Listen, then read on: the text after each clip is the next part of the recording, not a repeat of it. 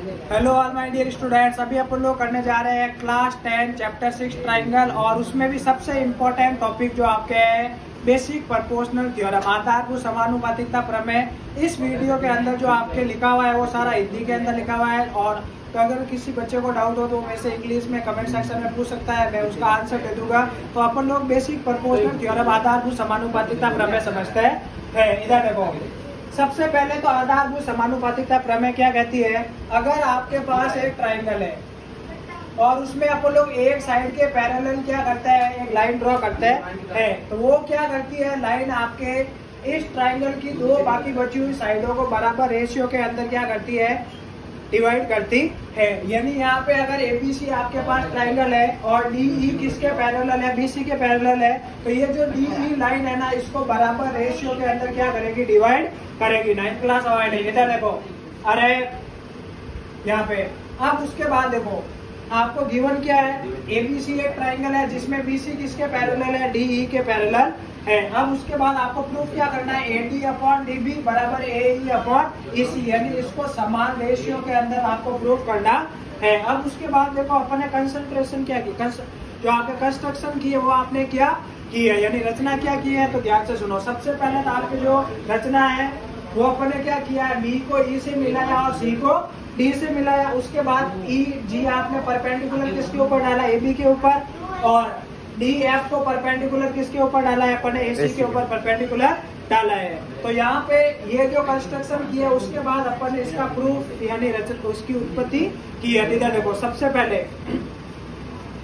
अपन को क्या करना है, देखना है ट्राइंगल बी डी ई और ट्राइंगल सी ई डी, ये दोनों ट्राइंगल है जो सेम पैरेलल लाइंस यानी दो समान रेखाओं, और दोनों का आधार क्या है आपके ईडी, यानी दोनों का बेस क्या है, ईडी है, उनके बीच में आ रहा है। इन दोनों का जो एरिया होगा वो आपके क्या होगा, बराबर होगा। यानी ट्राइंगल बी डी ई और ट्राइंगल सी ई डी, ये आपके क्या है, दो समांतर रेखा है और दोनों का जो अनुपात है वो बराबर है, इनके बीच में आ रहा है। तो आपके क्या होगा, इन दोनों का क्षेत्रफल बराबर होगा। इसको क्या बना दिया, इक्वेशन नंबर 1 बना दिया है। अब उसके बाद यहाँ पे अपन को क्या करना है, अभी ट्राइंगल लेना है ए डी ई और ट्राइंगल बी डी ई। अब इन दोनों का एरिया, ट्राइंगल का एरिया क्या होता है, 1/2 हाइट इंटू बेस, 1/2 आधार इंटू ऊंचाई, ये आपके क्या होता है, एरिया ऑफ ट्राइंगल होता है। तो यहाँ पे देखो 1/2, अब ए डी ई का जो आपके क्षेत्रफल आएगा, एरिया आएगा 1/2।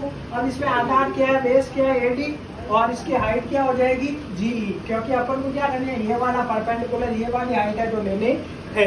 अब उसके बाद ट्राइंगल बी डी ई का एरिया, बी डी ई का एरिया क्या होगा, आधार क्या होगा आपके पास ईडी, और इसकी हाइट क्या होगी, ईजी, क्योंकि ये आपके ऑब्ट्यूज एंगल ट्राइंगल है, यानी आपके अधिक और त्रिभुज है, इसके अंदर जो आपके लंब होगा वो क्या होगा, त्रिभुज के बाहर होगा। तो यहाँ पे इन दोनों से ये दोनों कट गए और आपके पास एडी अपॉन बी डी आया या नहीं आया, आ गया। उसी प्रकार अपने ट्राइंगल ए डी ई वापस लिया है और ट्राइंगल सी ई डी लिया है। अब इसके अंदर ए डी ई के अंदर अपने 1/2, इस बार हाइट कौन सी ली है अपने, देखो बेस लिया है ए ई और हाइट कौन सी ली है, डी एफ, कौन सी ली है, डी एफ। उसी प्रकार सी जी ई के अंदर बेस क्या है, ई सी, और हाइट कौन सी है, डी एफ। ठीक है, तो यहाँ पे देखना 1/2 से 1/2 कट हो गया, डी एफ से डी एफ, तो ए डी अपॉन ई सी आया या नहीं आया। अब देखो इन दोनों के अंदर बेटा बी डी ई और सी जी ई का एरिया बराबर है, तो मैं बी डी ई की जगह सी ई डी लिख दूं, आई बात समझ में।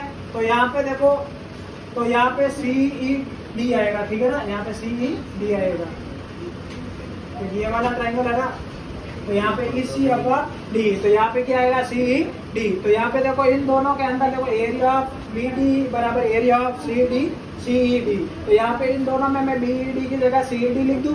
तो जब मैंने ये चीज लिखी तो देखो इसका लेफ्ट हैंड साइड बराबर है, तो राइट हैंड साइड ऑटोमेटिक बराबर होगी या नहीं होगी, क्योंकि इसकी लेफ्ट हैंड साइड ये है बराबर है, तो राइट हैंड साइड ऑटोमेटिक बराबर हुई या नहीं हुई।